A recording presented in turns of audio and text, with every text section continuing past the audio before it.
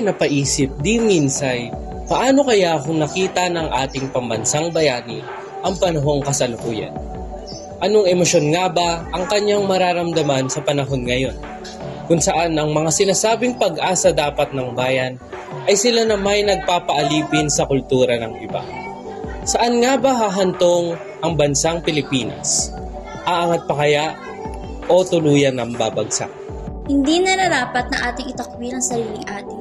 Para saan ang pinaghirapan ng ating mga bayani bago ang panahon ngayon. Nandiyan ang ating mga putahe, produkto at mga imbensyon at tatak Pinoy. Bakit pa natin kailangan gayahin ng iba kung mayroon naman tayong sariling atin? Ang sarap-sarap ng ating adobo, bulalo, lechon at marami pang iba. Sasayangin mo ba iyon para sa Starbucks na iyan? Masarap na putahe, magandang produkto at hitik sa kultura. Para saan nga ba iyan kung hindi natin papansinin? Huwag tayo magbulag-bulagan sa takbo ng panahon.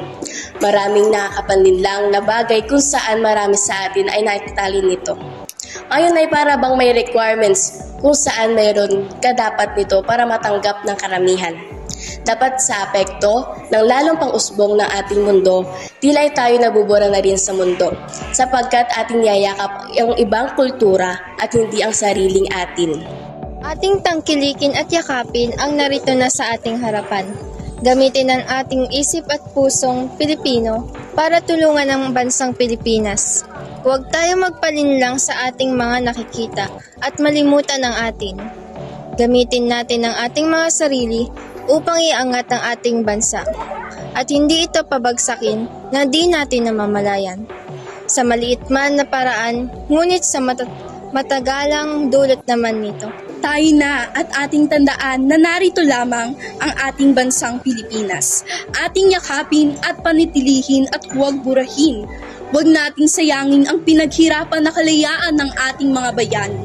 Kung hindi natin makayang tangkilikin at panitilihin ang sariling atin, tama nga ang winika ng ating bayani na si Dr. Jose Rizal na mas masahol pa kayo o tayo sa bilasang isda.